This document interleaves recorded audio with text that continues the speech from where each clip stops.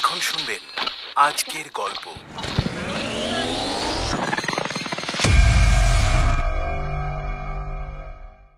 তুমি নিজে জমিদারি না দেখলে সব যে ধ্বংস হয়ে যাচ্ছে। এসব কথা কি সত্যি? সত্যি নয়, বদনামে যে দেশ ভরে গেল, শুধু তোমার কানেই এসব পৌঁছায় না। তা বৌমা, তোমার যে 2 বিঘে জমি আছে তা 10 বছরের খাজনা সুদসহ 100 টাকা বাকি আছে, সেটা না দিলে জমি নিলাম হয়ে যাবে। চলো এখানে ছেড়ে আমরা কলকাতায় যাই, সেখানে ভালো ডাক্তার আছে। তাই চলো, সেখানে বড়দিদিও আছেন। তোমার বড়দিদিকে আমারও দেখতে খুব ইচ্ছে করে। গোলাগাঁয়ের রামতনু সান্যালের বিধবা পুত্রবধূ কোথা থেকে এতদিন পরে ফিরে এসে আবার সব দখল করতে চায়। মা দুর্গা, জোড়া মোষ দেব, যা চাও তাই দেব, তাকে ফিরিয়ে দাও। তুমি বড়দিদি? আমি মাধবী। অ্যানিম্যাট্রিক্স প্রাইম স্টোরিজে আজ শুনবেন শরৎচন্দ্র চট্টোপাধ্যায়ের বড়দিদি। গল্প পাঠে আমি সায়ন্তন, নিবেদনে অ্যানিম্যাট্রিক্স প্রাইম স্টোরিজ, প্রযোজনা অ্যানিম্যাট্রিক্স মাল্টিমিডিয়া। এই পৃথিবীতে একদল লোক আছে, তারা যেন খড়ের আগুন, হুট করে জ্বলে উঠতে পারে, আবার হঠাৎ নিভেও যেতে পারে। তাদের পেছনে সবসময় একজন লোক দরকার, যে যেন প্রয়োজন অনুযায়ী খড় যোগায়। গৃহস্থের মেয়েরা মাটির প্রদীপ সাজানোর সময় যেমন তেল আর সলতে দেয়, তেমনি তার গায়ে একটা কাঠি দেয়। প্রদীপের শিখা যখন কমতে শুরু করে, তখন এই ছোট্ট কাঠিটার খুব দরকার, উস্কে দিতে হয়। এটা না থাকলে তেল আর সলতে থাকলেও প্রদীপ জ্বলতে পারে না। সুরেন্দ্রনাথের স্বভাবও অনেকটা এরকম। শক্তি, বুদ্ধি, ভরসা তার সবই আছে, তবু সে একা কোনো কাজ পুরোপুরি করতে পারে না। কাজের একটা অংশ সে উৎসাহের সঙ্গে করতে পারে, কিন্তু বাকিটা সে নিশ্চুপ অলসতায় ছেড়ে দিয়ে চুপ করে থাকতে পারে। তখনই একজন লোকের দরকার, যে তাকে উস্কে দেবে। সুরেন্দ্রর বাবা দূর পশ্চিমাঞ্চলে ওকালতি করতেন। এই বাংলাদেশের সঙ্গে তার তেমন কোনো সম্পর্ক ছিল না। এখানেই সুরেন্দ্র 20 বছর বয়সে MA পাশ করে, কিছুটা নিজের গুণে, কিছুটা তার বিমাতার গুণে। এই বিমাতা এমন অধ্যাবসায়ের সঙ্গে তার পেছনে লেগে থাকতেন যে সে অনেক সময় বুঝতে পারত না তার নিজের স্বাধীন অস্তিত্ব বলে কিছু আছে কিনা। সুরেন্দ্র নামে কোনো আলাদা মানুষ এই জগতে বাস করে, নাকি এই বিমাতার ইচ্ছাই একটা মানুষের আকার নিয়ে কাজকর্ম, ওঠা বসা, পড়াশোনা, পাশ করা ইত্যাদি করে। এই বিমাতা নিজের সন্তানের প্রতি কিছুটা উদাসীন হলেও সুরেন্দ্রর দেখাশোনার কোনো সীমা ছিল না। থুতু ফেলা পর্যন্ত তার নজর এড়াত না। এই কর্তব্যপরায়ণ মহিলার শাসনে থেকে সুরেন্দ্র নামে লেখাপড়া শিখল, কিন্তু আত্মনির্ভরতা শিখল না। নিজের ওপর তার ভরসা ছিল না। কোনো কাজই যে তার দ্বারা পুরোপুরি আর নিখুঁতভাবে হতে পারে, এটা সে বুঝত না। কখন তার কি দরকার হবে, কখন তাকে কি করতে হবে, সেজন্য সে পুরোপুরি অন্য কারোর উপর নির্ভর করত। ঘুম পাচ্ছে না খিদে পাচ্ছে, অনেক সময় এটাও সে ঠিকঠাক বুঝতে পারত না। জ্ঞান হওয়ার পর থেকে এই 15 বছর তাকে বিমাতার ওপর ভর করে কাটাতে হয়েছে। তাই বিমাতাকে তার জন্য অনেক কিছু করতে হতো। 24 ঘন্টার মধ্যে 22 ঘন্টা তিরস্কার, অভিযোগ, লাঞ্ছনা, তাড়না, মুখভঙ্গি, এছাড়াও পরীক্ষার বছরে তাকে সারা রাত জাগিয়ে রাখার জন্য তার নিজের ঘুমের সুখ ত্যাগ করতে হতো। আহা, সৎমার ছেলের জন্য কে কবে এত করে, পাড়া প্রতিবেশীরা এক বাক্যে রায়গৃহিণীর প্রশংসা না করে উঠতে পারত না। সুরেন্দ্রর প্রতি তার আন্তরিক যত্নের একটুও ত্রুটি ছিল না। তিরস্কার, লাঞ্ছনার পরের মুহূর্তে যদি তার চোখ মুখ ছলছল করত, রায়গৃহিণী সেটাকে জ্বরের লক্ষণ ভেবে 3 দিনের জন্য তার সাগুর ব্যবস্থা করে দিতেন। মানসিক উন্নতি আর শিক্ষার জন্য তার আরও তীক্ষ্ণ দৃষ্টি ছিল। সুরেন্দ্রের গায়ে পরিষ্কার বা আধুনিক রুচির জামাকাপড় দেখলেই তার শখ আর বাবুগিরি করার গোপন ইচ্ছে তার চোখে ধরা পড়ে যেত, আর সঙ্গে সঙ্গে 2-3 সপ্তাহের জন্য সুরেন্দ্রের জামাকাপড় ধোপার বাড়ি পাঠানো নিষিদ্ধ হতো। এভাবেই সুরেন্দ্রর দিন কাটছিল। এমন স্নেহ সতর্কতার মাঝে তার মাঝে মাঝে মনে হতো এই জীবনটা বাঁচার মতো নয়। কখনো কখনো সে মনে মনে ভাবত, বোধহয় এভাবেই সবার জীবনের ভোরটা কাটে। কিন্তু মাঝে মাঝে আশপাশের লোকেরা গায়ে পড়ে তার মাথায় নানা ধারণা ঢুকিয়ে দিত। একদিন তাই হলো। এক বন্ধু তাকে পরামর্শ দিল, তোমার মতো বুদ্ধিমান ছেলে যদি বিলেত যেতে পারো তাহলে ভবিষ্যতে অনেক উন্নতির আশা আছে। দেশে ফিরে এসে তুমি অনেকের উপকার করতে পারবে। কথাটা সুরেন্দ্রর মন্দ লাগলো না। বনের পাখির চেয়ে খাঁচার পাখিটাই বেশি ছটফট করে। সুরেন্দ্র কল্পনায় যেন একটু মুক্ত বাতাস, একটু স্বাধীনতার আলো দেখতে পাচ্ছিল।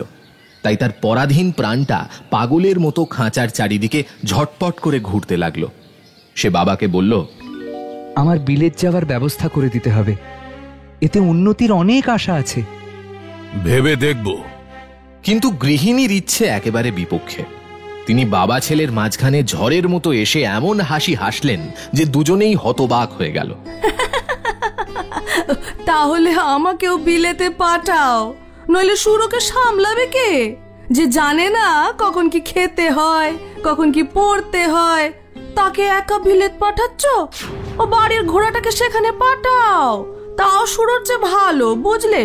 ঘোড়া গরু অন্তত বোঝে তার খিদে পেয়েছে না ঘুম পেয়েছে।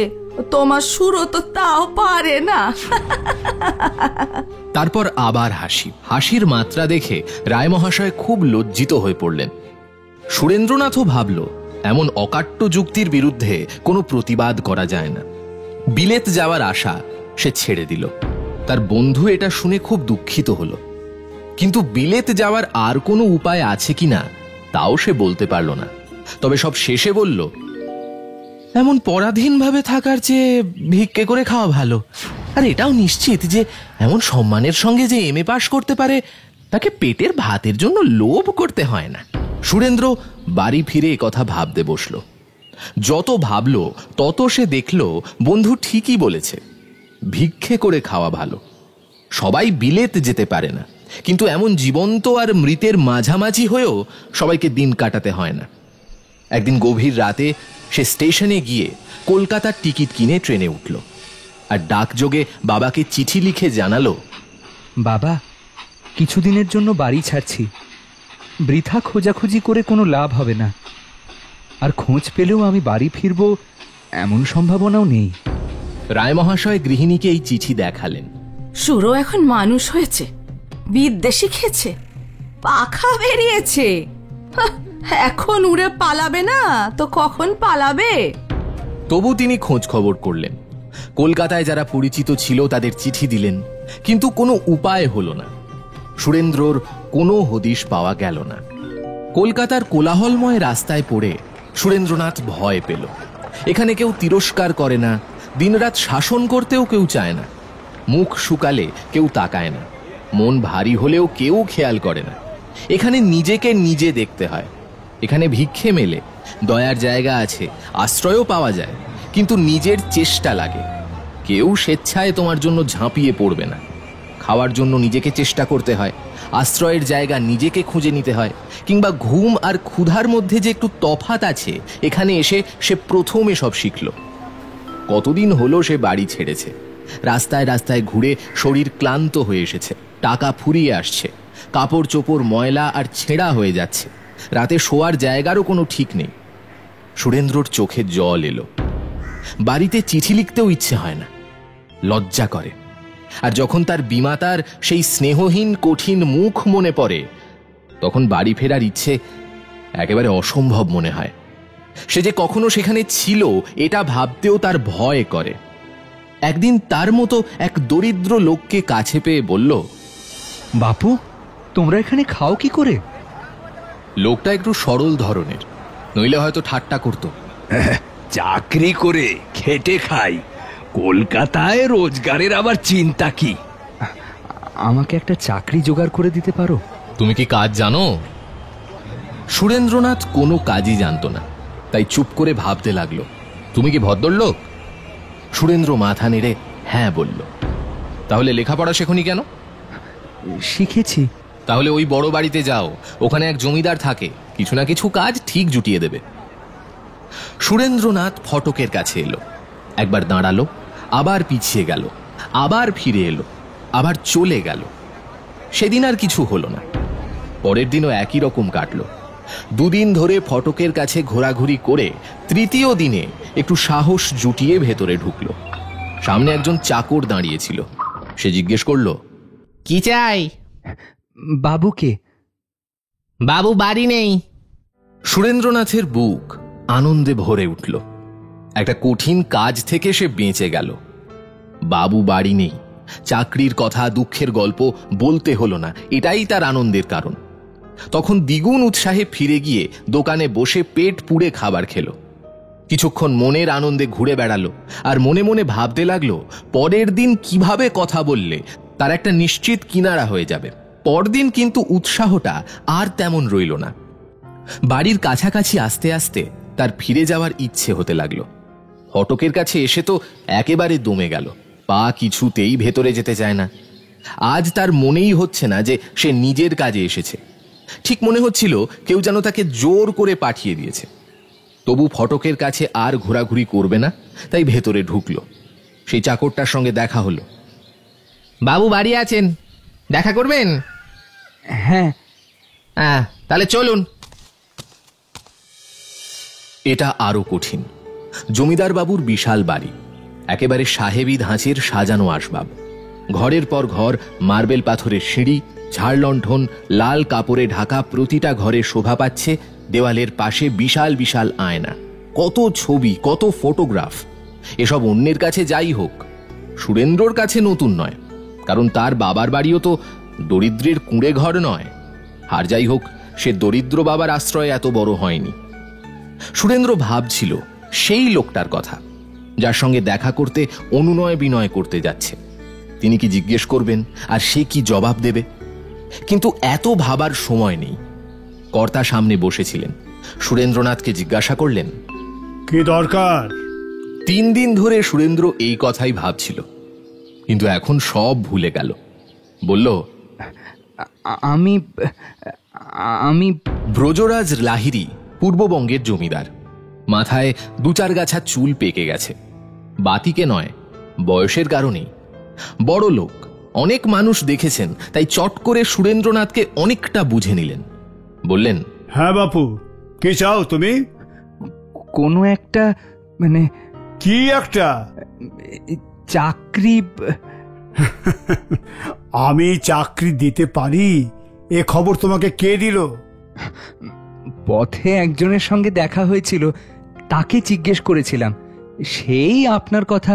বেশ, তোমার বাড়ি কোথায়? আগে পশ্চিমে। সেখানে কে আছে? সুরেন্দ্রনাথ সব কথা বলল। তোমার বাবা কি করেন? অভাবের তাড়নায় সুরেন্দ্র নতুন ধাঁচ শিখেছিল। একটু আমতা আমতা করে বলল,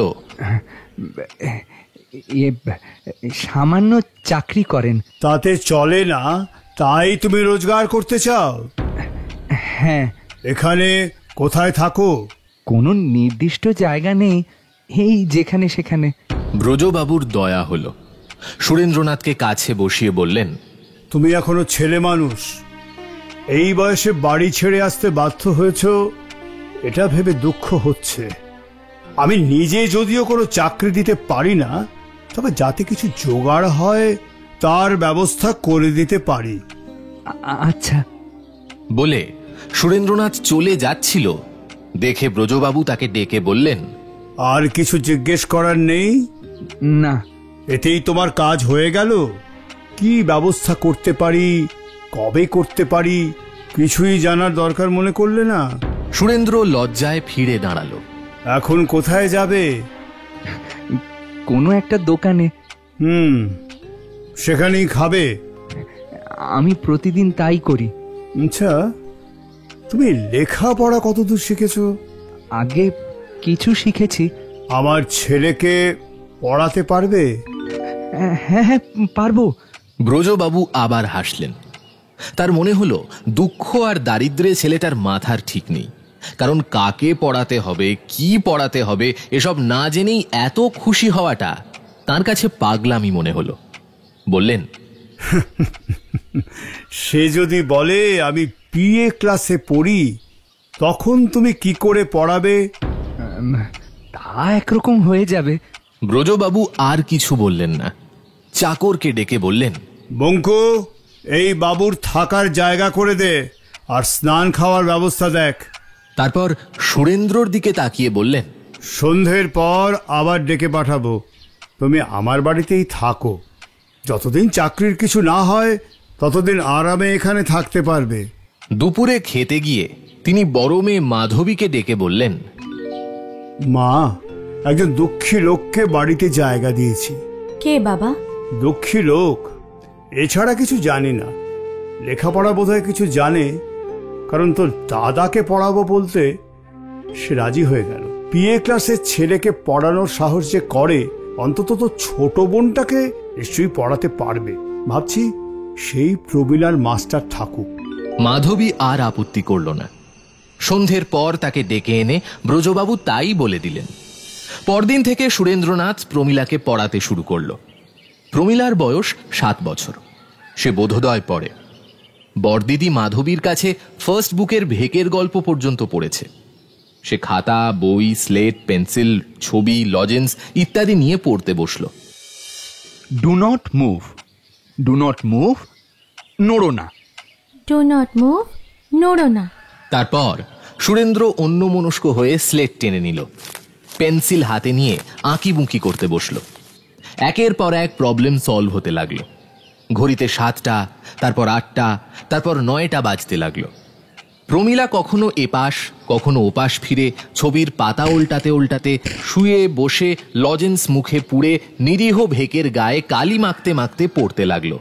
ডু নট মুভ, নড়ো না। মাস্টার মশাই, বাড়ি যাব? বেশ, যাও। সকালটা তার এভাবেই কাটে, কিন্তু দুপুরের কাজটা একটু আলাদা।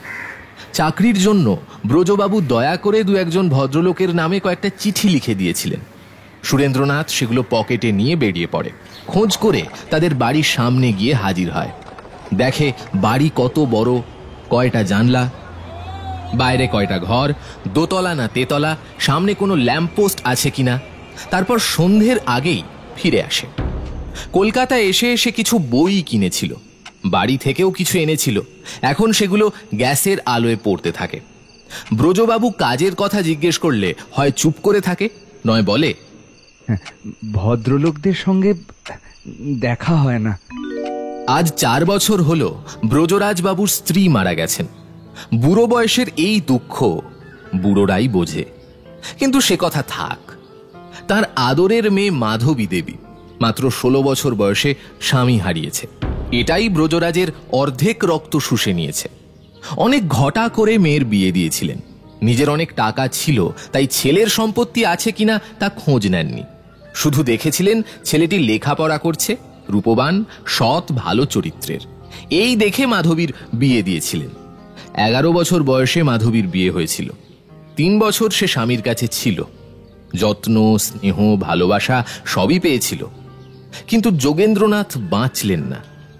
মাধবীর জীবনের সব স্বাদ মুছে দিয়ে ব্রজরাজের বুকে যেন তীর বিঁধিয়ে তিনি স্বর্গে চলে গেলেন। মরার সময় মাধবী খুব কাঁদছিল।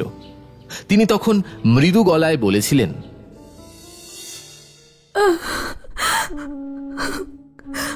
মাধবী, তোমাকে ছেড়ে যাচ্ছি, এটাই আমার সবচেয়ে বড় দুঃখ।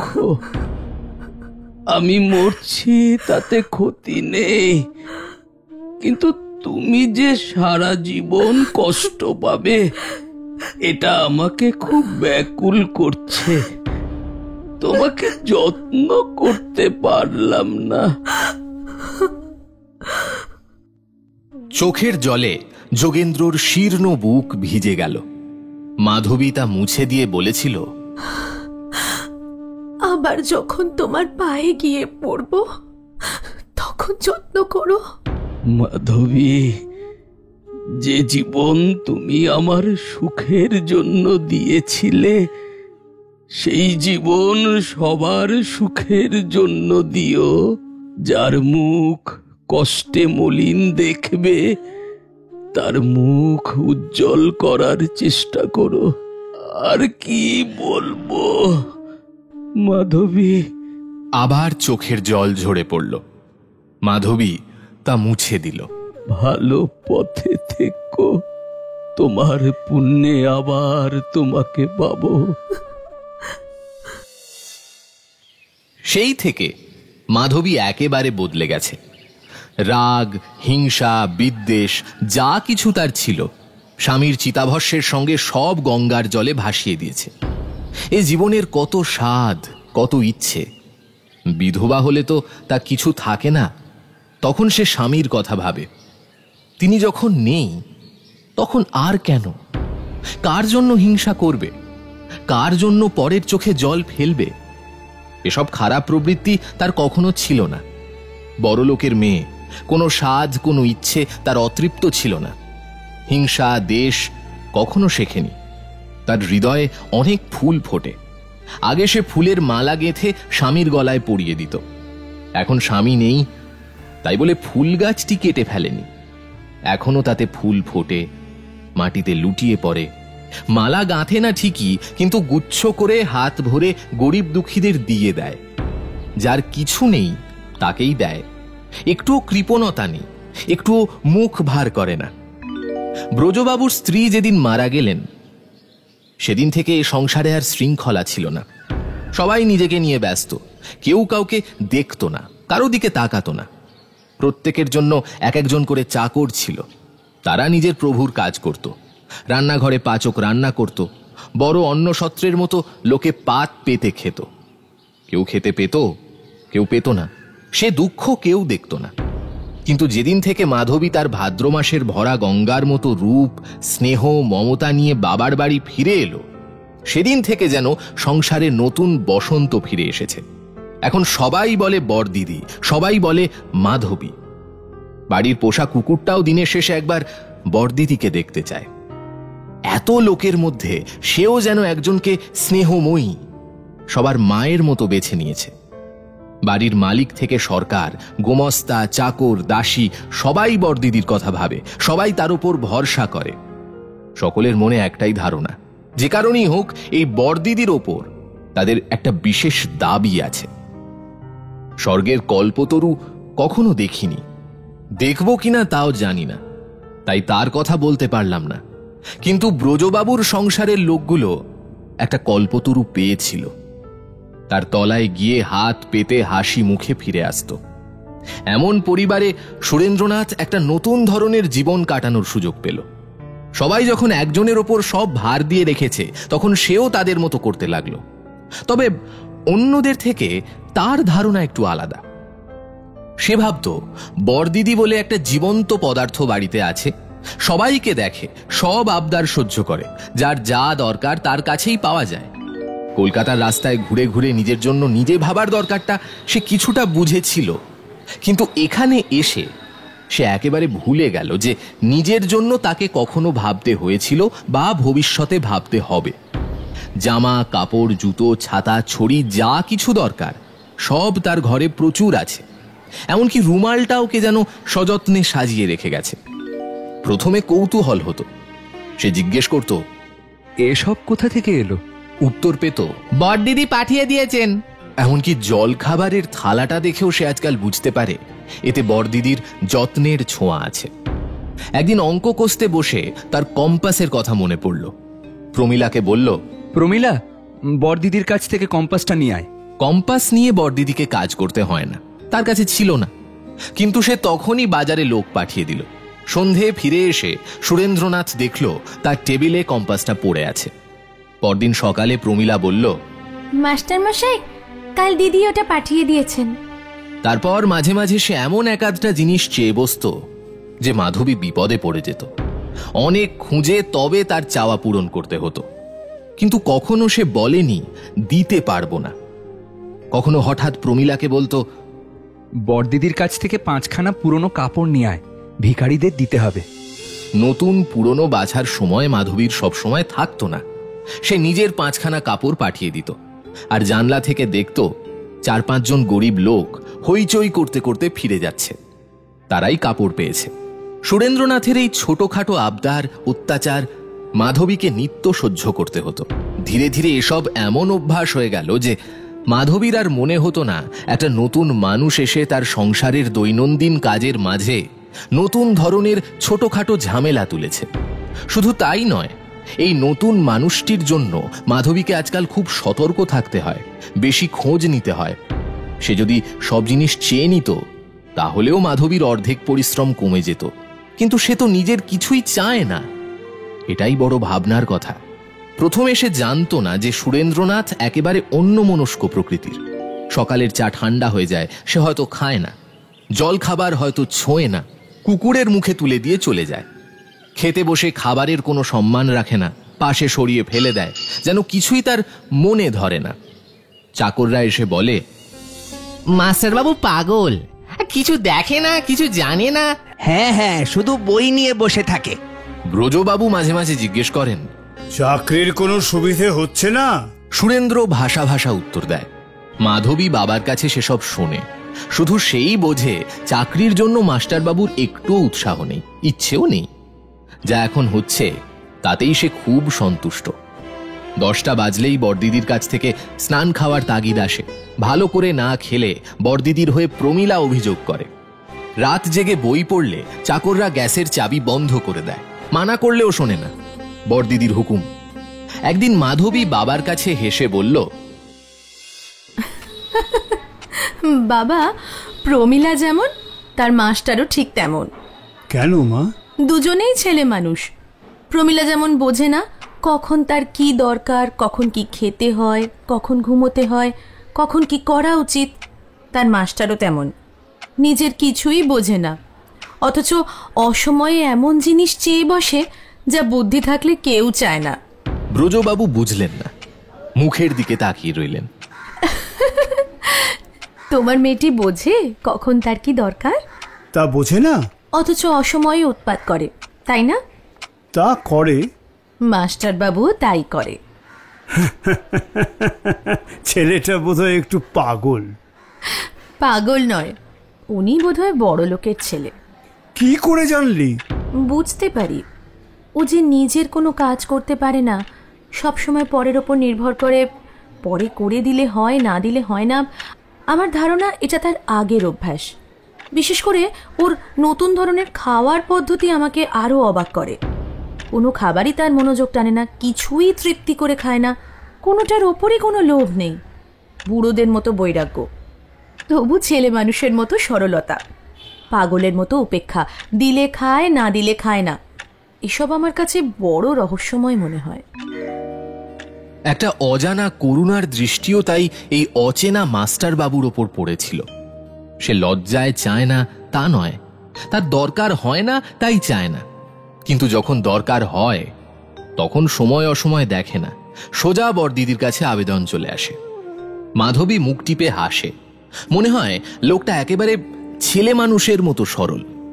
মনোরমা মাধবীর ছেলেবেলার সখী। অনেক দিন তাকে চিঠি লেখা হয়নি, উত্তর না পেয়ে সে ভীষণ রেগে গিয়েছিল। আজ দুপুরের পর একটু সময় পেয়ে মাধবী তাকে চিঠি লিখতে বসেছিল। এমন সময় প্রমীলা এসে ডাকল, বড়দিদি। কি? মাস্টার মশাইয়ের চশমা কোথায় হারিয়ে গেছে, একটা চশমা দাও। তোর মাস্টার? 6 মাস হলো সুরেন্দ্রনাথ চলে গেছে। এর মধ্যে মাধবী মাত্র একবার মনোরমাকে চিঠি লিখেছিল, আর লেখেনি। পুজোর সময় মনোরমা বাপের বাড়িতে এসে মাধবীকে ধরে বসলো। তোর বাদর দেখা? বাঁদর? বাঁদর কোথায় পাবো রে?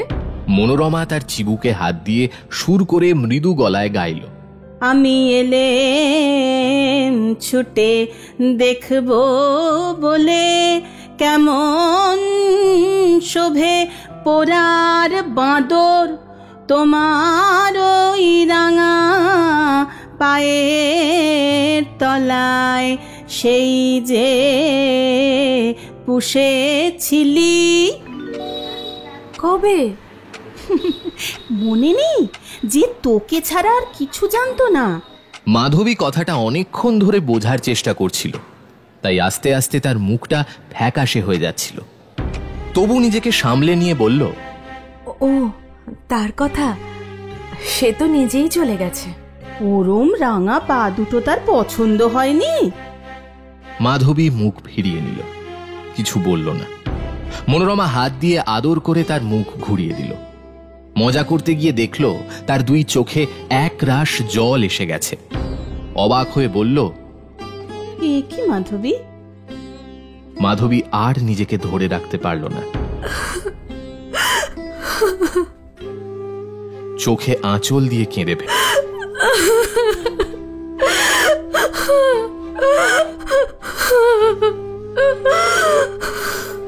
মনোরমার বিস্ময়ের আর সীমা নেই।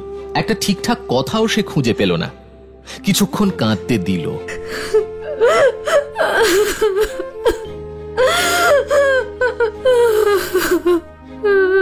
তারপর জোর করে মুখ থেকে আঁচল সরিয়ে নিয়ে খুব দুঃখিত গলায় বলল, একটা ছোট্ট মজা সহ্য করতে পারলি নে বোন? আমি যে বিধবা দিদি। তারপর দুজনেই চুপ করে রইল। দুজনেই চুপচাপ কাঁদতে লাগল। মনোরমা কাঁদছিল মাধবীর দুঃখে। সে বিধবা তাই, কিন্তু মাধবীর অন্য কারণ ছিল। এই মাত্র না জেনে মনোরমা যে মজা করেছিল, যে তাকে ছাড়া আর কিছু জানতো না, মাধবী সেটাই ভাবছিল। এ কথা যে একদম সত্যি তা সে জানত। অনেকক্ষণ পরে মনোরমা বলল, কাজটা কিন্তু ঠিক হয়নি। কোন কাজটা? সে কি বলে দিতে হবে বোন? আমি সব বুঝেছি। এই 6 মাস ধরে যে কথা মাধবী প্রাণপণে লুকিয়ে রেখেছিল, মনোরমার কাছে আর তা লুকোতে পারল না। ধরা পড়ে মুখ লুকিয়ে কাঁদতে শুরু করল। বাচ্চাদের মতো কাঁদল। শেষে মনোরমা বলল, কিন্তু সে গেল কেন? আমি তাকে যেতে বলেছিলাম। ভালো করেছিস, বুদ্ধিমানের মতো কাজ করেছিস। মাধবী বুঝল মনোরমা কিছুই বোঝেনি, তাই একে একে সব কথা বুঝিয়ে বলল। তারপর বলল, কিন্তু তিনি যদি না বাঁচতেন তাহলে বোধহয় আমি পাগল হয়ে যেতাম। এখনো কি তার কম কিছু? সেদিন খুব দুঃখ নিয়ে সে বাড়ি ফিরে গেল।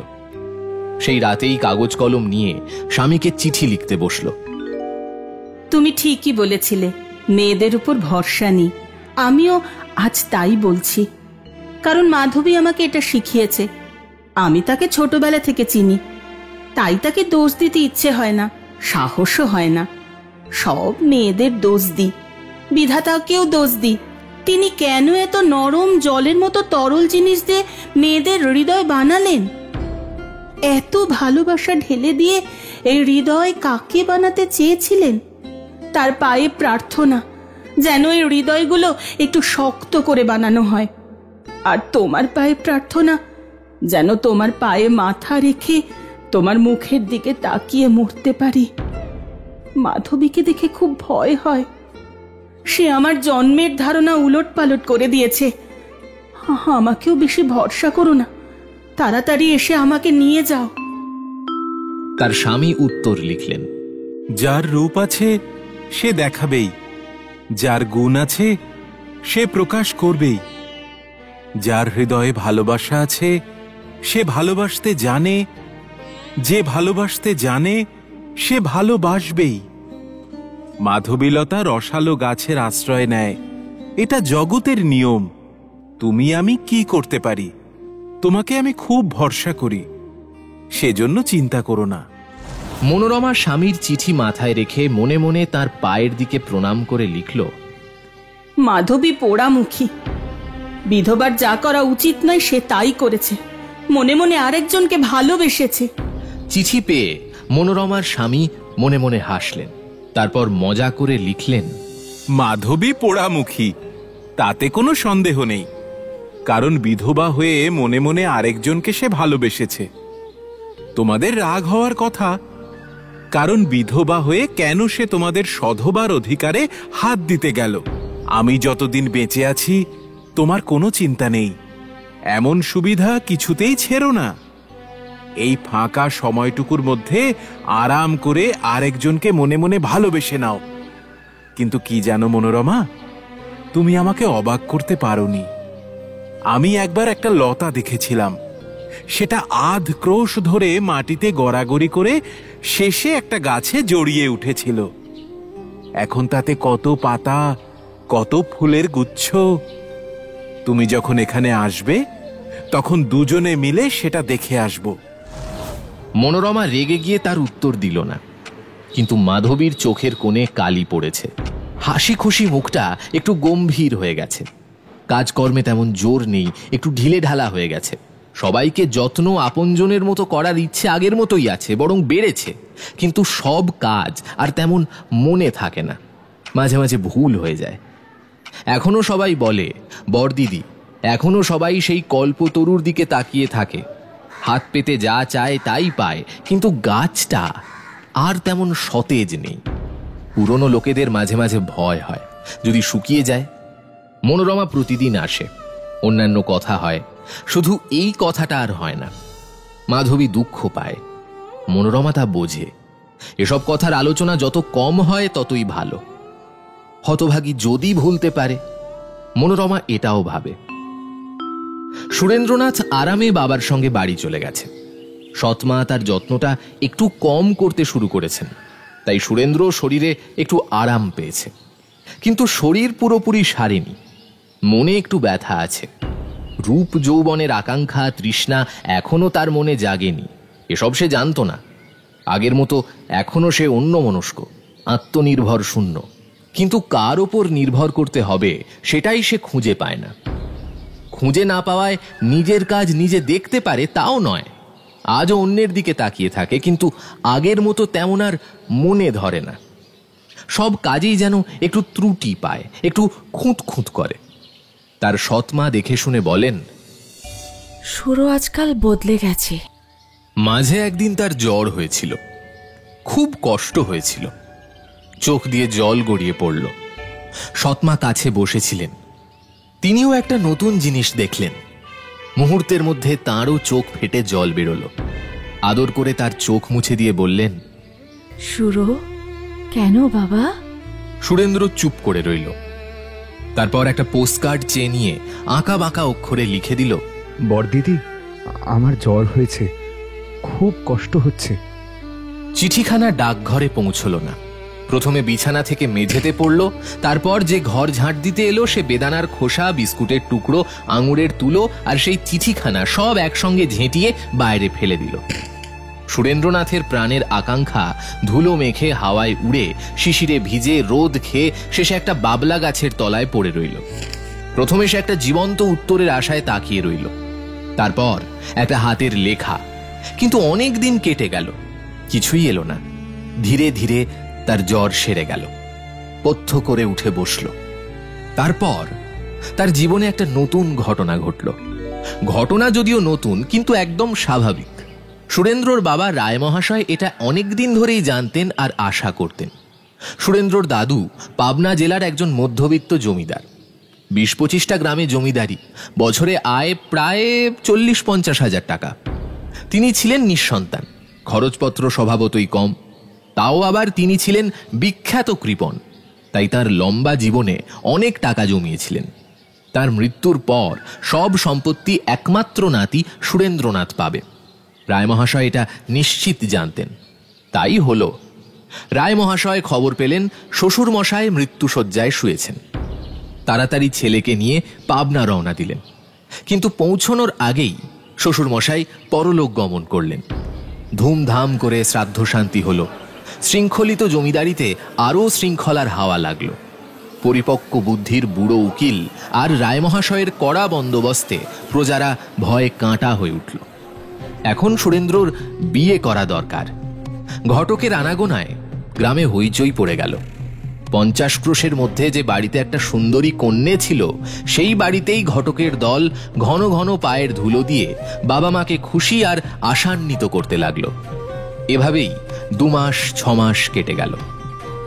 শেষে সৎ মা এলেন। তার সম্পর্কের যে কেউ ছিল সেও এলো। বন্ধু বান্ধবে বাড়ি ভরে গেল। তারপর একদিন সকালে বাঁশি বাজিয়ে, ঢাকের জোরালো শব্দে, কাঁসির ক্ষণক্ষণ আওয়াজে গোটা গ্রাম ভরিয়ে সুরেন্দ্রনাথ বিয়ে করে এলো। প্রায় 5 বছর কেটে গেছে। রায় মহাশয়ও আর নেই। ব্রজরাজ লাহিড়ীও স্বর্গে চলে গেছেন। সুরেন্দ্রের সৎমা স্বর্গীয় স্বামীর দেওয়া সমস্ত সম্পত্তি আর টাকা পয়সা নিয়ে বাপের বাড়িতে থাকছেন। আজকাল সুরেন্দ্রের যেমন সুখ্যাতি তেমনই বদনাম। একদল লোক বলে এমন বন্ধুপ্রিয়, উদার, মিষ্টিভাষী আর বন্ধুদের পোষণকারী জমিদার আর নেই। আরেক দল বলে এমন জুলুমবাজ, অত্যাচারী জমিদার এ অঞ্চলে কখনো জন্মায়নি। আমরা জানি দুটো কথাই সত্যি। প্রথমটা সুরেন্দ্রনাথের জন্য সত্যি, আর দ্বিতীয়টা তার ম্যানেজার মথুরনাথ বাবুর জন্য সত্যি। সুরেন্দ্রনাথের বৈঠকখানায় আজকাল একদল বন্ধু বসছে। তারা বেশ আরামে সংসারের সব ইচ্ছে পূরণ করে নিচ্ছে। পান, তামাক, মদ, মাংস কোনো চিন্তা তাদের করতে হয় না, চাইতেও হয় না, নিজে নিজেই এসে পড়ে। ম্যানেজার মথুরবাবুর এতে খুব উৎসাহ।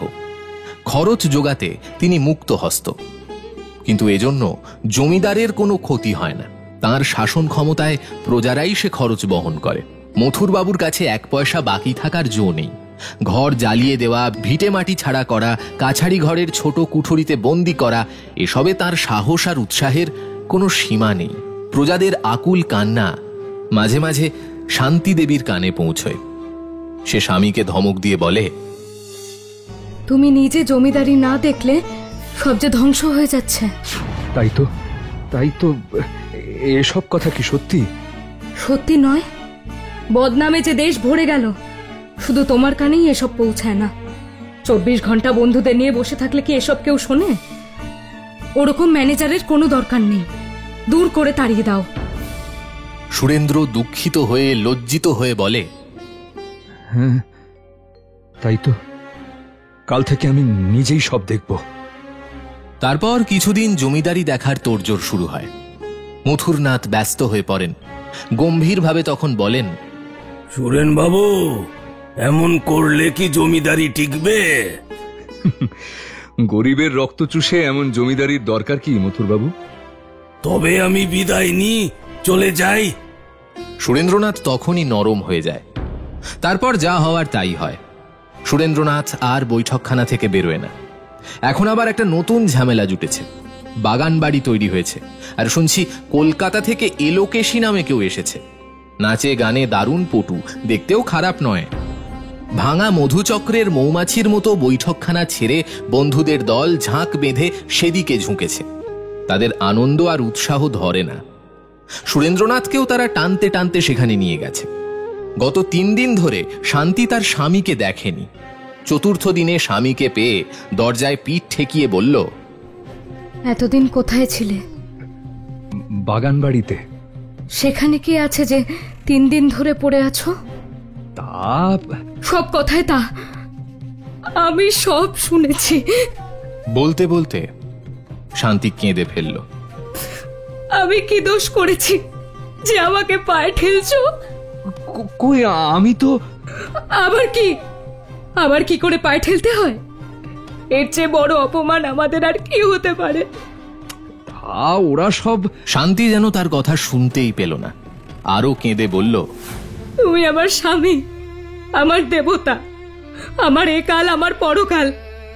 আমি কি তোমাকে চিনি না? আমি তা জানি আমি তোমার কেউ নই।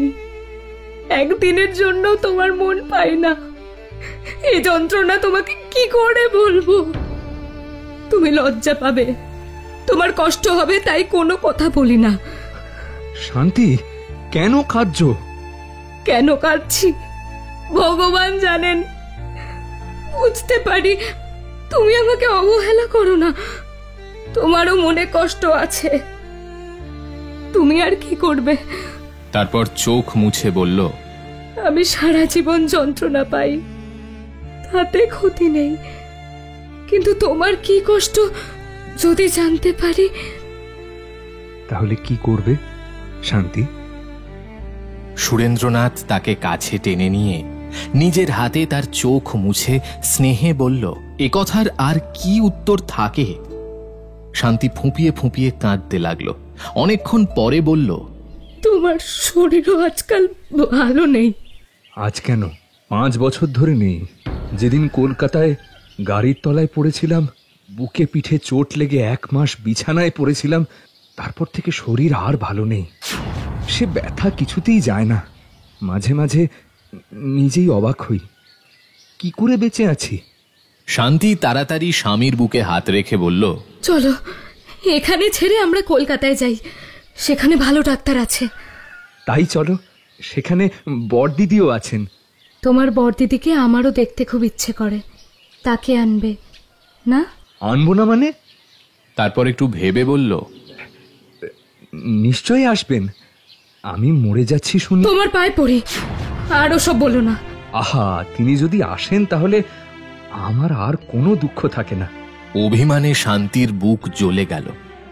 এই তো সে বলেছিল স্বামীর কাছে সে কেউ নয়, কিন্তু সুরেন্দ্র ততটা বোঝেনি, ততটা দেখেনি। যা বলছিল তাতে তার খুব আনন্দ হচ্ছিল। বলল, আচ্ছা, তুমি নিজে গিয়ে বড়দিদিকে ডেকে এনো, কেমন? শান্তি মাথা নেড়ে সম্মতি জানালো। তিনি এলে দেখতে পাবে আমার কোনো কষ্ট থাকবে না। শান্তির চোখ ফেটে জল এলো। পরদিন সে দাসী দিয়ে মথুর বাবুকে খবর পাঠালো যে বাগান বাড়িতে যাকে আনা হয়েছে তাকে এখনই তাড়ানো না হলে তাকে আর ম্যানেজারের কাজ করতে হবে না। স্বামীকে ধমক দিয়ে বলল, যাই হোক, তুমি যদি বাড়ির বাইরে যাও আমি মাথা ঠুকে রক্তগঙ্গা করে মরবো। ওরা কিন্তু আমি কিন্তুর ব্যবস্থা করছি বলে শান্তি দাসীকে আবার ডেকে হুকুম দিল, দারোয়ানকে বলে দে ওই হতভাগারা যেন আমার বাড়িতে না ঢুকতে পায়। আর কোনো উপায় না দেখে মথুরবাবু এলোকেশীকে বিদায় করে দিলেন। বন্ধুদলও ছত্রভঙ্গ হয়ে গেল। তারপর তিনি তৎপরতার সঙ্গে জমিদারি দেখতে মন দিলেন। সুরেন্দ্রনাথের এখন কলকাতায় যাওয়া হয়নি। বুকের ব্যথাটা আপাতত কিছু কম মনে হচ্ছে। শান্তিরও কলকাতায় যাওয়ার তেমন উৎসাহ নেই। এখানে থেকে যতটা সম্ভব সে স্বামীর সেবার ব্যবস্থা করতে লাগলো। কলকাতা থেকে একজন বিশেষজ্ঞ ডাক্তার এনে দেখালো। ডাক্তার সব দেখে শুনে একটা ওষুধের ব্যবস্থা করে দিলেন এবং বিশেষ করে সাবধান করে দিলেন যে বুকের যা অবস্থা তাতে শারীরিক মানসিক কোনো রকম পরিশ্রমই ঠিক হবে না। অবসর পেয়ে ম্যানেজার বাবু যেভাবে কাজ দেখছিলেন তাতে গ্রামে গ্রামে দ্বিগুণ হাহাকার উঠল। শান্তি মাঝে মাঝে শুনতে পেত, কিন্তু স্বামীকে জানাতে সাহস করত না। কলকাতার বাড়িতে ব্রজবাবুর জায়গায় মাধবীর দাদা শিবচন্দ্র এখন কর্তা। মাধবীর জায়গায় নতুন বউ এখন গৃহিণী। মাধবী এখনো আছে। শিবচন্দ্র তাকে স্নেহ যত্ন করে, কিন্তু মাধবীর এখানে থাকতে মন চায় না। বাড়ির দাস দাসী সরকার গোমস্তা এখনো তাকে বড়দিদি বলে, কিন্তু সবাই বোঝে যে এখন আরেকজনের হাতে সিন্দুকের চাবি চলে গেছে। তাই বলে শিবচন্দ্রের বউ যে মাধবীকে অবজ্ঞা বা অসম্মান করে তা নয়, কিন্তু সে এমন একটা ভাব দেখায় যাতে মাধবী স্পষ্ট বুঝতে পারে যে এই নতুন মহিলার অনুমতি বা পরামর্শ ছাড়া কোনো কাজ করা এখন আর তার শোভা পায় না। তখন বাবার আমল ছিল, এখন ভাইয়ের আমল হয়েছে, তাই একটু তফাৎ আছে।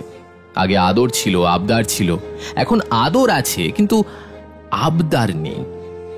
বাবার আদরে সে সব পারত, এখন আত্মীয় কুটুমের দলে পড়েছে।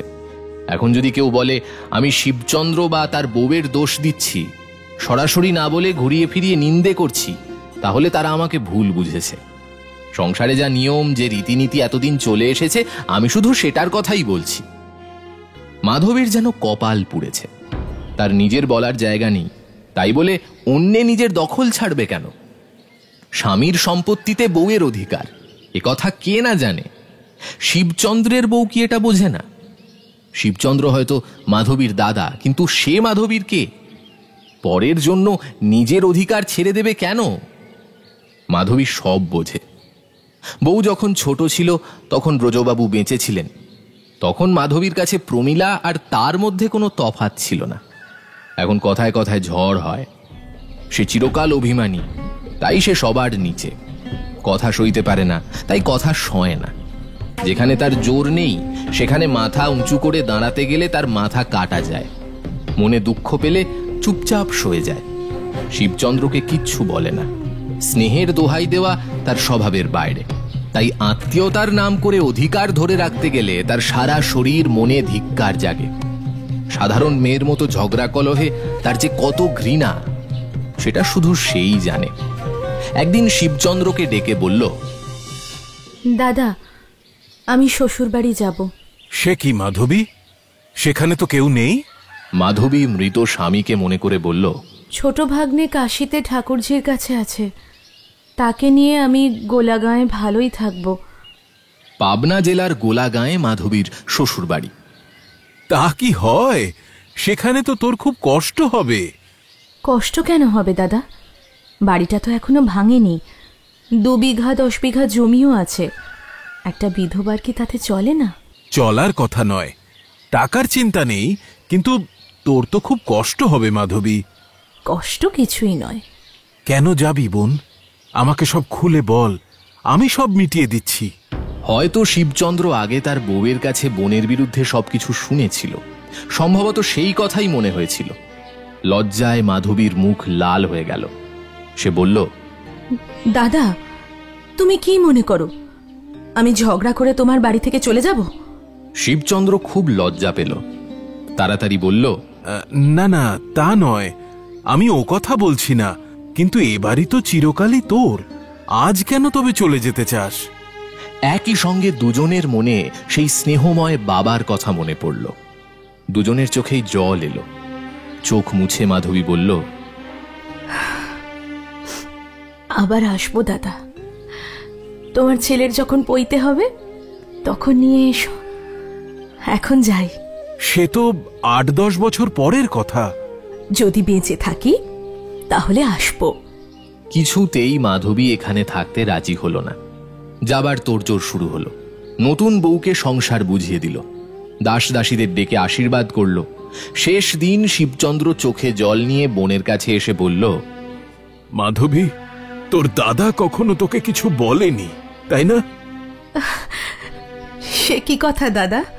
তা নয়, যদি কোনো অশুভ সময়ে যদি কোনোদিনও মুখ ফসকে কিছু। না না দাদা, সেসব কিছুই নয়। সত্যি কথা? একদম সত্যি। তবে যা, তোর নিজের বাড়ি যেতে আর বারণ করব না। যেখানে তোর ভালো লাগে, তবে সব সময় খবর দিতে ভুলিস না। প্রথমে মাধবী কাশী গিয়ে ভাগ্নেকে সঙ্গে নিল। তারপর তার হাত ধরে গোলাগাঁয়ে এসে এই লম্বা 7 বছর পর স্বামীর বাড়িতে ঢুকল। তখন গোলাগাঁয়ে চাটুজ্জে মশায়ের বড় বিপদ ঘটল। তিনি আর যোগেন্দ্রর বাবা ছিলেন বড় বন্ধু, তাই মৃত্যুর সময় যোগেন্দ্রর যে কয়েক বিঘে জমি জায়গা ছিল তিনিই তা হাতে নিয়েছিলেন। যোগেন্দ্র বেঁচে থাকতে তিনি সব কিছুর তদারকি করতেন, আর যোগেন্দ্র সেসবের খবরও খুব একটা রাখত না। শ্বশুর মশায়ের অনেক টাকা ছিল, তাই এই ছোট্ট পৈতৃক সম্পত্তির দিকে তার খেয়াল ছিল না। তারপর যোগেন্দ্র মারা গেলে চাটুজ্জে মশাই ন্যায্য অধিকারে সেসব বিনা বাধায় ভোগ দখল করছিলেন। এখন বিধবা মাধবী এতদিন পর ফিরে এসে তার সুশৃঙ্খল নিয়মের সংসারে গোলমাল বাঁধিয়ে দিল। তাই চাটুজ্জে মশাইয়ের মনে হলো এটা খুবই অন্যায়, আর মাধবী যে হিংসার বশেই এমন করেছে তা তিনি স্পষ্ট বুঝতে পারলেন।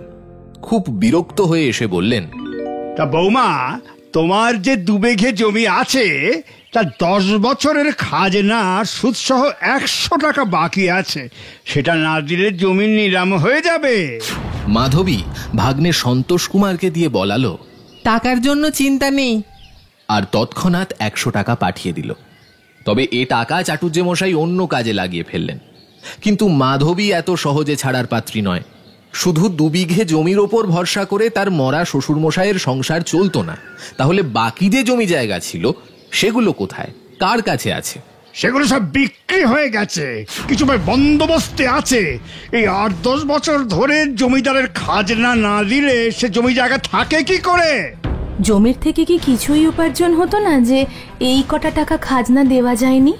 আর যদি সত্যি বিক্রি হয়ে থাকে তাহলে কে বিক্রি করেছে আর এখন কার কাছে আছে? খবর পেলে উদ্ধারের চেষ্টা করা যায়, কাগজপত্রই বা কোথায়? চাটুজ্জে মশাই অবশ্য কিছু জবাব দিয়েছিলেন, কিন্তু মাধবী তা বুঝতে পারল না। ব্রাহ্মণ বিড়বিড় করে কি সব বললেন, তারপর ছাতা মাথায় দিয়ে নামাবলী কোমরে জড়িয়ে একখানা থান কাপড় গামছায় বেঁধে জমিদার বাবুর কাছাড়ি লালতা গাঁয়ের দিকে রওনা হলেন। এই লালতা গ্রামে সুরেন্দ্রনাথের বাড়ি আর ম্যানেজার মথুর বাবুর কাছাড়ি। ব্রাহ্মণ 8-10 ক্রোশ হেঁটে একেবারে মথুর বাবুর কাছে গিয়ে কেঁদে পড়লেন। তোই বাবা, গরিব ব্রাহ্মণকে বুঝি পথে পথে ভিক্ষে করে খেতে হবে? এমন তো অনেকেই আসে। মথুরবাবু মুখ ফিরিয়ে বললেন, কি হয়েছে বাবা? রক্ষা করো। হ্যাঁ, তো কি হয়েছে তোমার? বিধু চাটুর্যে তখন মাধবীর দেওয়া 100 টাকা দক্ষিণা হাতে দিয়ে গুঁজে বললেন, আপনি ধর্মাবতার, আপনি না বাঁচালে আমার সব যায়। আচ্ছা, খুলে বলো। গোড়াগাঁয়ের রামতনু সান্যালের বিধবা পুত্রবধূ কোথা থেকে এতদিন পরে ফিরে এসে আবার সব দখল করতে চায়? সে তোমার সব দখল করতে চায় না তুমি তার সব দখল করতে চাও? কোনটা? ব্রাহ্মণ তখন হাতে পইতে জড়িয়ে ম্যানেজারের হাত চেপে ধরলেন। আমি তো এই 10 বছর ধরে সরকারের খাজনা দিয়ে আসছি। জমি ভোগ করছো, খাজনা দেবে না? দোহাই আপনার। মথুরবাবু ভাবটা ভালোই বুঝলেন। তাই বিধবাকে ঠকাতে চাও, তাই না? ব্রাহ্মণ চুপ করে তাকিয়ে রইল। কয় বিঘা জমি? 25 বিঘে। মথুরবাবু হিসেব করে বললেন, কমপক্ষে 3000 টাকা। জমিদার কাছারিতে সেলামি দেবে? যা হুকুম হবে তাই। 300 টাকা। 300 টাকা দিয়ে 3000 টাকা নেবে? আমার দ্বারা কিচ্ছু হবে না। ব্রাহ্মণ শুকনো চোখে জল বের করে বলল, কত টাকা হুকুম হয়? 1000 দিতে পারবে? তারপর গোপনে অনেকক্ষণ ধরে দুজনে পরামর্শ করল। ফল দাঁড়ালো এই যে যোগেন্দ্রনাথের বিধবার বিরুদ্ধে বাকি খাজনার জন্য 10 বছরের সুদে আসলে 1500 টাকার মামলা হয়। সমন বেরোলো, কিন্তু মাধবীর কাছে তা পৌঁছলো না। তারপর একতরফা ডিক্রি হয়ে গেল। আর 1.5 মাস পরে মাধবী খবর পেল যে বাকি খাজনার দায় জমিদার সরকার থেকে তার বাড়ি শুদ্ধ নিলামের ইস্তাহার জারি করেছে। তার সমস্ত সম্পত্তি ক্রোক হয়েছে। মাধবী একজন পড়শিনীকে ডেকে বলল, আচ্ছা ভাই, তোমাদের দেশ কি মগের মূল্য? কেন বলো তো? তা নয় তো কি, একজন ঠকিয়ে আমার সব নিতে চায়, তোমরা দেখছো না? আমরা কি করব? জমিদার যদি নিলাম করে? আমরা গরিব লোক, তাতে কি করতে পারি? তা ঠিক, কিন্তু আমার বাড়ি নিলাম হবে আর আমার কাছে খবর নেই। কেমন তোমাদের জমিদার? সে তখন সব ঘটনা খুলে বলল। এমন জুলুমবাজ জমিদার, এমন অত্যাচার এদেশে কেউ আগে কখনো দেখেনি। সে আরো কত কি বলল। এতদিন যা লোকমুখে শুনেছিল সব একে একে খুলে বলল। মাধবী ভয় ভয় জিজ্ঞেস করল, ও তা জমিদার বাবুর সঙ্গে নিজে দেখা করলে হয় না? ভাগ্নে সন্তোষ কুমারের জন্য মাধবী তাও করতে রাজি ছিল। সে তখন কিছু বলতে পারল না, তবে কথা দিয়ে গেল যে কাল তার বোনপোর কাছে সব ভালো করে জেনে এসে বলবে। তার বোনপো 2-3 বার লালতা গ্রামে গিয়েছিল। জমিদার সরকারের অনেক কথা সে জানত। এমনকি সেদিন সে বাগান বাড়িতে এলোকেশির খবর পর্যন্ত শুনে এসেছিল। তারপর মাসিমা যখন জমিদার বাবুর সঙ্গে রামতনু বাবুর বিধবা পুত্রবধূর দেখা করার কথা বলল, তখন সে মুখটা যথাসম্ভব গম্ভীর করে বলল, এই বিধবা পুত্রবধূটির বয়স কত? 20-21 হবে। দেখতে কেমন? 20-র মতো। দেখা করলে কাজ হতে পারে, কিন্তু আমি বলি তিনি আজ রাতেই নৌকো ভাড়া করে বাপের বাড়ি চলে যান। কেন রে? এই যে বলছো সে দেখতে পরীর মতো। কেন? তাতে কি? তাতেই সব। দেখতে পরীর মতো হলে জমিদার সুরেন রায়ের কাছে রক্ষে নেই। বলিস কি? এমন? এমন দেশের সবাই একথা জানে। না, তাহলে তো দেখা করা উচিত নয়। কিছুতেই নয়। কিন্তু সম্পত্তি তো সব যাবে। চাটুর্যে মশাই যখন এর মধ্যে আছেন তখন সম্পত্তির আশা আর নেই। তার উপর গৃহস্থ ঘরের মেয়ে, ধর্মটাও যাবে। পরদিন তিনি মাধবীকে সব কথা বললেন। শুনে সে হতভম্ব হয়ে গেল। জমিদার সুরেন রায়ের কথা সে সারাদিন ভাবল। মাধবী ভাবল, সুরেন রায় নামটা বড় চেনা, কিন্তু লোকটার সঙ্গে তো মিলছে না। এ নাম সে কতদিন মনে মনে ভেবেছে। সে আজ 5 বছর হলো। ভুলে গিয়েছিল, আবার অনেক দিন পর মনে পড়ল। স্বপ্নে আর ঘুমে মাধবীর সে রাত বড় দুঃখে কাটল। বারবার পুরনো কথাগুলো মনে পড়ছিল। বারবার চোখে জল এসে পড়ছিল। সন্তোষ কুমার তার মুখের দিকে তাকিয়ে ভয় ভয় বলল, মামিমা, আমি মায়ের কাছে যাব। মাধবী নিজেও কয়েকবার এ কথা ভেবেছিল, কারণ এখানে থাকা যখন উঠে গেছে তখন কাশি ছাড়া আর কোনো উপায় নেই। সন্তোষের জন্য সে জমিদারের সঙ্গে দেখা করবে ভেবেছিল, কিন্তু তা হয়নি। পাড়া প্রতিবেশীরা বারণ করছে। তাছাড়া এখন যেখানেই সে যাক, একটা নতুন ভাবনা, একটা নতুন ঝামেলা হয়েছে। সেটা হলো এই রূপ যৌবনের কথা। মাধবী ভাবল, পোড়া কপাল, এই উৎপাতগুলো কি এখনো দেহে লেগে আছে? আজ 7 বছর হলো এগুলো তার মনে পড়েনি। মনে করিয়ে দেওয়ার কেউ ছিল না।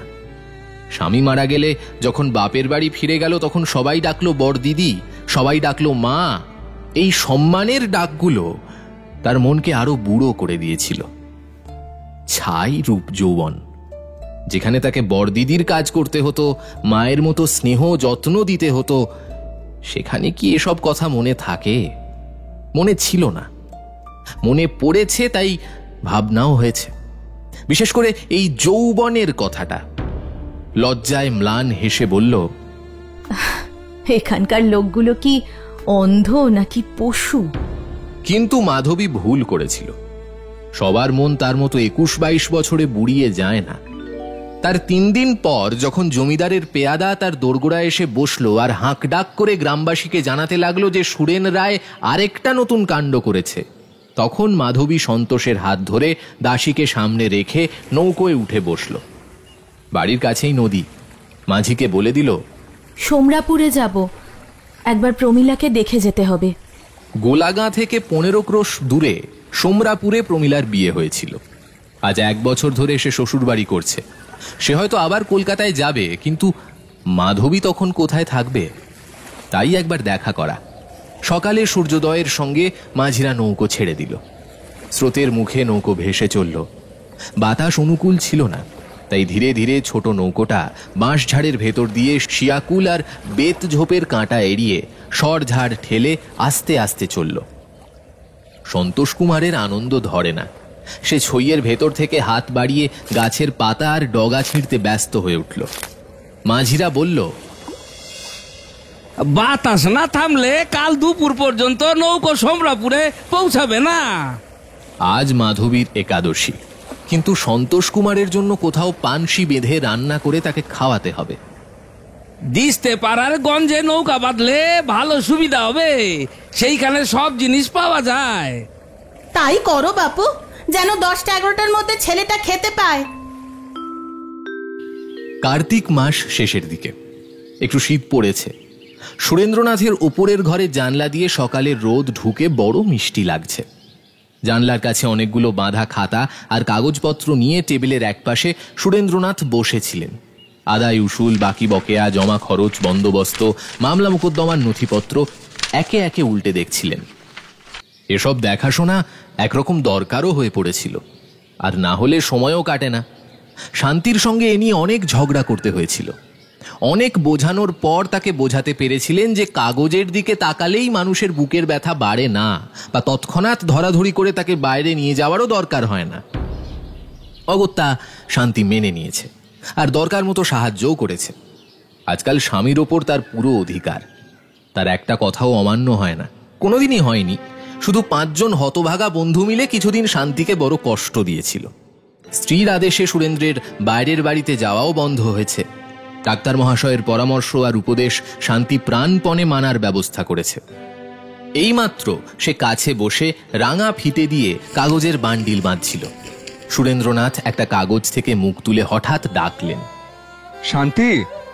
শান্তি কোথায় গিয়েছিল? কিছুক্ষণ পর ফিরে এসে বলল, ডাকছিলে? হ্যাঁ, আমি একবার কাছারি ঘরে যাব। না, কি চাই বলো, আমি এনে দিচ্ছি। কিছু চাই না, একবার মথুরবাবুর সঙ্গে দেখা করব। তাকে ডেকে পাঠাই? তোমাকে যেতে হবে না, কিন্তু এখন তাকে কেন? বলবো যে অগ্রহায়ণ মাস থেকে তাকে আর কাজ করতে হবে না। শান্তি অবাক হলো, তবে খুশি হয়ে জিজ্ঞেস করলো, তার দোষ কি? দোষটা যে কি তা এখন ঠিক বলতে পারছি না, কিন্তু বড্ড বাড়াবাড়ি করছেন। তারপর আদালতের সার্টিফিকেট আর কয়েকটা কাগজপত্র দেখিয়ে বললেন, এই দেখো, গোলা গাঁয়ে একজন বিধবার ঘর বাড়ি সব বেনামে নিলামে কিনে নিয়েছে, আমাকে একবার জিজ্ঞেসও করেনি। শান্তি দুঃখ পেয়ে বলল, আহা, বিধবা? তাহলে এ কাজটা ভালো হয়নি, কিন্তু বিক্রি হলো কেন? 10 বছরের খাজনা বাকি ছিল, সুদে আসলে 1,500 টাকার মামলা হয়েছিল। তো টাকার কথা শুনে শান্তি মথুরনাথের প্রতি একটু নরম হলো। মৃদু হেসে বলল, তা ম্যানেজার বাবুর দোষ কি? এত টাকা কিভাবে ছেড়ে দেন? সুরেন্দ্রনাথ অন্যমনস্ক হয়ে ভাবতে লাগলো। শান্তি প্রশ্ন করল, এত টাকা ছেড়ে দেবে? দেব না তো কি, অসহায় বিধবাকে কি বাড়ি ছাড়া করব? আচ্ছা, তুমি কি পরামর্শ দাও? কথাটার মধ্যে যতটুকু জ্বালা ছিল সবটুকু শান্তির গায়ে লাগলো। লজ্জিত হয়ে দুঃখিতভাবে বলল, না, বাড়ি ছাড়া করতে বলি না। আর তোমার টাকা তুমি দান করবে, আমি তাতে বাধা দেব কেন? সে নয় শান্তি, আমার টাকা কি তোমার নয়? কিন্তু বলো তো, আমি যখন থাকবো না তখন তুমি... ও কি কথা? তুমি আমি যা ভালোবাসি তা করবে তো? শান্তির চোখে জল এলো, কারণ স্বামীর শরীরের অবস্থা ভালো নয়। বলল, ও কথা কেন বলো? বড় ভালো লাগে তাই বলি। তুমি আমার কথা, আমার স্বাদ, ইচ্ছা এগুলো জেনে রাখবে না শান্তি? শান্তি চোখে আঁচল দিয়ে মাথা নাড়ল।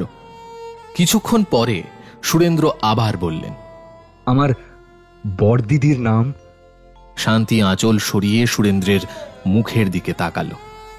সুরেন্দ্র একটা কাগজ দেখিয়ে বললেন, এই দেখো, আমার বড়দিদির নাম। কোথায়? এই তো, এই দেখো, মাধবী দেবী, যার বাড়ি নিলাম হয়েছে। এই মুহূর্তে শান্তি অনেক কথা বুঝল। বলল, তাই বুঝি সব ফিরিয়ে দিতে চাইছো? তাই হলে নিশ্চয়ই ফিরিয়ে দেব, সব, পুরো। মাধবীর কথায় শান্তি একটু দুঃখ পেল। মনে হয় ভেতরে একটু হিংসার ভাবও ছিল।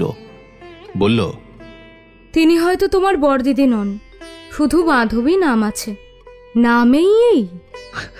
বড়দিদির নামের একটু সম্মান করব না? তা করো, কিন্তু তিনি নিজে তো কিছু জানতে পারবেন না। জানতে না পারেন, কিন্তু আমি কি অসম্মান করতে পারি? নাম তো এমন অনেকের আছে। তা আছে, তুমি দুর্গা নাম লিখে তাতে পা দিতে পারো।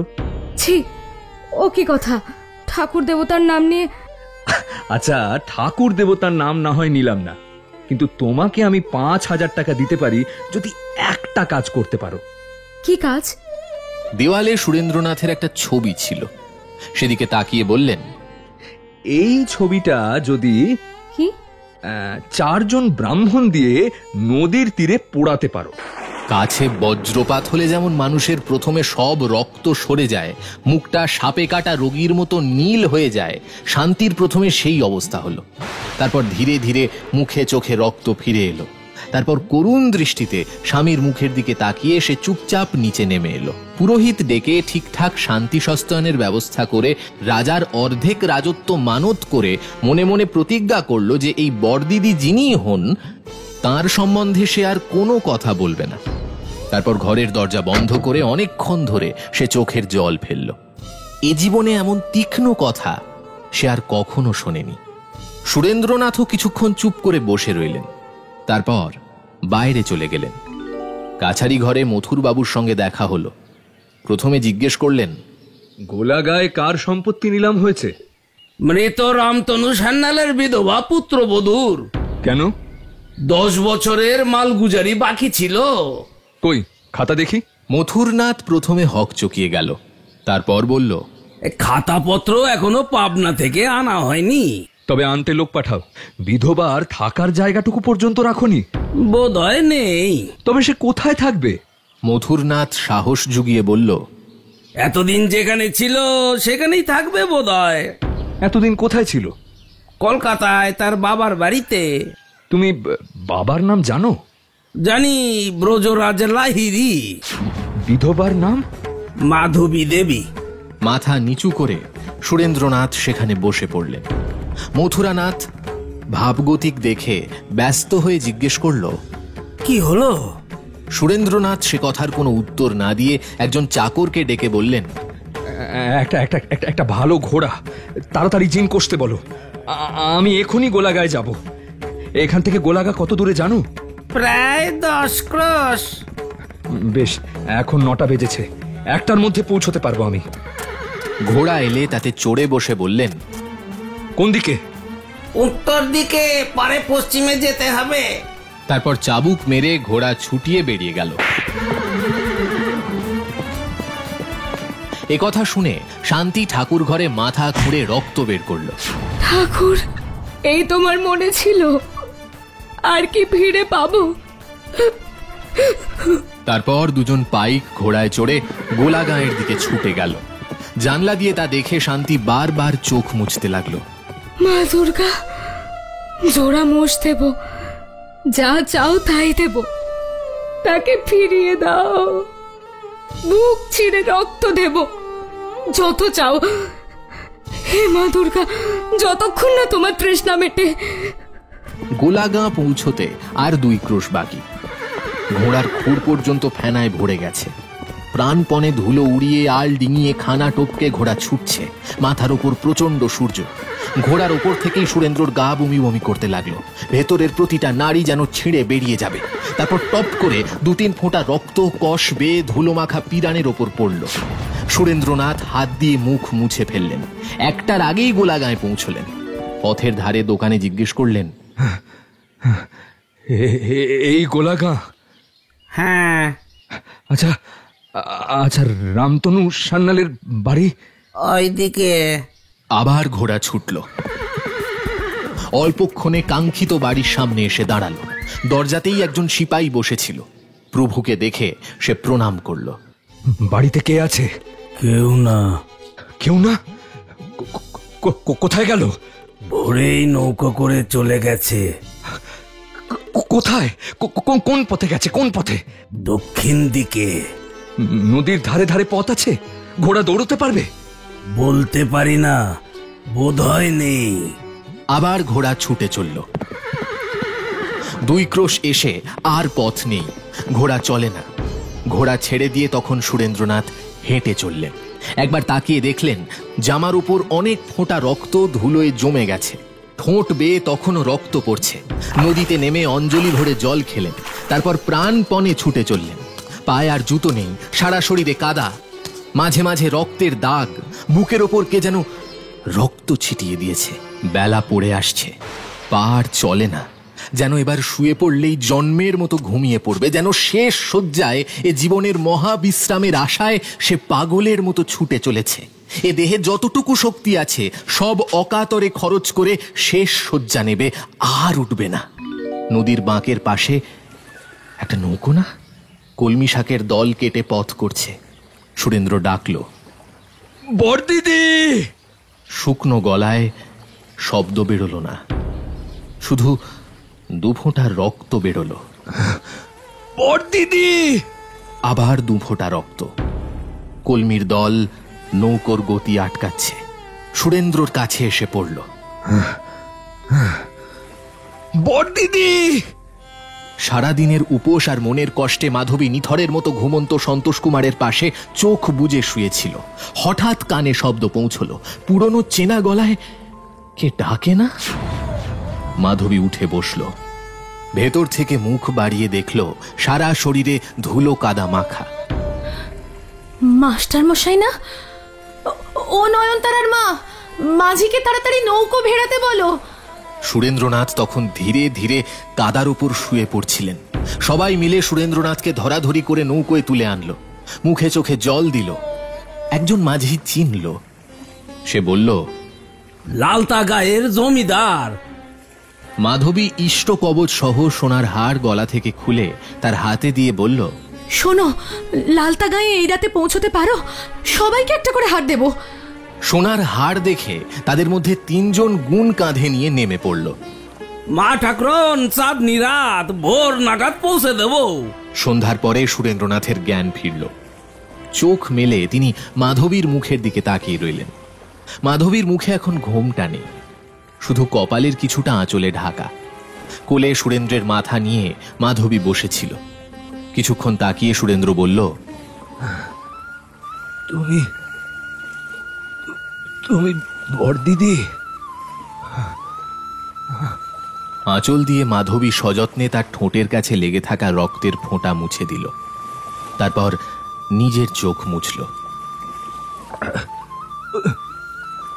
তুমি বড়দিদি?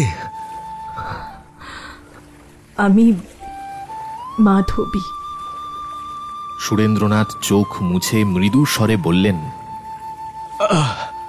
তাই বিশ্বের সমস্ত আরাম যেন এই কোলে লুকিয়েছিল।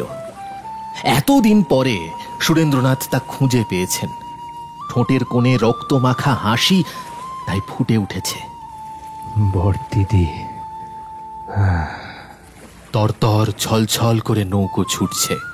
ছইয়ের ভেতর সুরেন্দ্রের মুখের ওপর চাঁদের আলো পড়ছে। নয়নতারার মা একটা ভাঙা পাখা নিয়ে আস্তে আস্তে হাওয়া করছে। সুরেন্দ্রনাথ ধীরে ধীরে বললেন, কোথায় কোথায় যাচ্ছিলে? প্রমীলার শ্বশুর বাড়ি। ছি, কেউ এমন ভাবে কুটুম্বদের বাড়ি যায়? দিদি, নিজের শোবার ঘরে বড়দিদির কোলে মাথা রেখে মৃত্যু শয্যায় শুয়ে আছে সুরেন্দ্রনাথ। শান্তি তার পা দুটো কোলে নিয়ে কান্না জলে ধুয়ে দিচ্ছে। পাবনার সব ডাক্তার হাকিম একসঙ্গে চেষ্টা করেও রক্তপাত বন্ধ করতে পারছে না। 5 বছর আগে সেই চোট এখন রক্ত বমি করাচ্ছে। মাধবীর মনের কথা বলা আমার পক্ষে সম্ভব নয়। আমি নিজেও ঠিক জানি না, হয়তো তার মনে সেই 5 বছর আগের ঘটনাগুলোই ফিরে আসছে। সেই সময় সে সুরেন্দ্রনাথকে তাড়িয়ে দিয়েছিল, আর ফিরিয়ে আনতে পারেনি। কিন্তু 5 বছর পর সুরেন্দ্রনাথ ঠিকই তাকে ফিরিয়ে এনেছে। সন্ধ্যার পরে উজ্জ্বল আলোয় সুরেন্দ্রনাথ মাধবীর মুখের দিকে চাইল। শান্তি তার পায়ের কাছে বসে আছে। সে যেন কিছু না শোনে। এই ভেবে সুরেন্দ্র মাধবীর মুখ নিজের মুখের কাছে টেনে এনে বলল, বড়দিদি, মনে আছে সেদিনের কথা? সেদিন তুমি আমাকে তাড়িয়ে দিয়েছিলে। হ্যাঁ, আমি আমি আমি এখন তার বদলা নিয়েছি। তোমাকেও তাড়িয়ে দিয়েছিলাম। কেমন এবার শোধ হলো তো? এক মুহূর্তেই মাধবী জ্ঞান হারিয়ে কাঁধের পাশে মাথা রেখে লুটিয়ে পড়ল। জ্ঞান ফিরলে দেখা গেল বাড়ির চারিদিক কান্নার শব্দে ভরে গেছে। অ্যানিম্যাট্রিক্স প্রাইম স্টোরিজে এতক্ষণ শুনছিলেন শরৎচন্দ্র চট্টোপাধ্যায়ের বড়দিদি। গল্প পাঠে ছিলাম আমি সায়ন্তন। বিভিন্ন চরিত্রে অভিনয় করলেন আম্রপালি ঘোষ মিত্র, চয়ন ভট্টাচার্য, আর্য জানা, অর্পিতা ঘোষ রায়, রিমি চক্রবর্তী, অর্পিতা দাস, শান্তনু দত্ত, মনীষ ঘোষ। নিবেদনে অ্যানিম্যাট্রিক্স প্রাইম স্টোরিজ, প্রযোজনা অ্যানিম্যাট্রিক্স মাল্টিমিডিয়া। আমাদের গল্পগুলো যদি আপনাদের ভালো লাগে অবশ্যই ভিডিওটিকে একটি লাইক করে দেবেন। চ্যানেলটা সাবস্ক্রাইব করে বেল নোটিফিকেশনে ক্লিক করতে ভুলবেন না কিন্তু। এমন সব গল্প শুনতে হলে সাবস্ক্রাইব করুন অ্যানিম্যাট্রিক্স প্রাইম স্টোরিজ।